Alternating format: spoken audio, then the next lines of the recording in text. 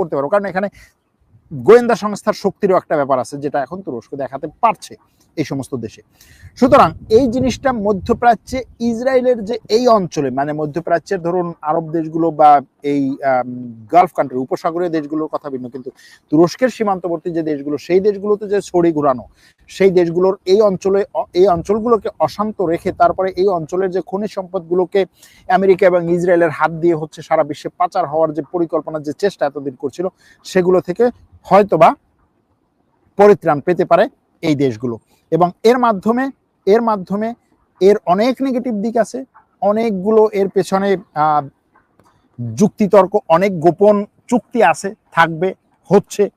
কিন্তু তারপরেও এই অঞ্চলে একটা অন্তত এই যে জাতিগত যে সমস্যা, জাতিগত যে মারামারি, জাতিগত যে সংঘাত, যেটাতে হাজার হাজার মানুষ নিহত হয়, সেটা থেকে কিছুটা হলেও মুক্তি পাবে বলে আমার মনে হয়।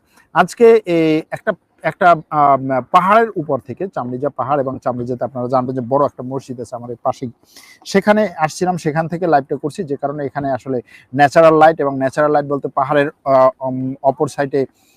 অপর সাইডে চলে গেছে সূর্য, যে কারণে সূর্যের আলোও নেই, এবং আমি এমনিতেই তো কালো মানুষ, যে কারণে আরো বেশি কালো দেখাচ্ছে, ঘোলা দেখাচ্ছে।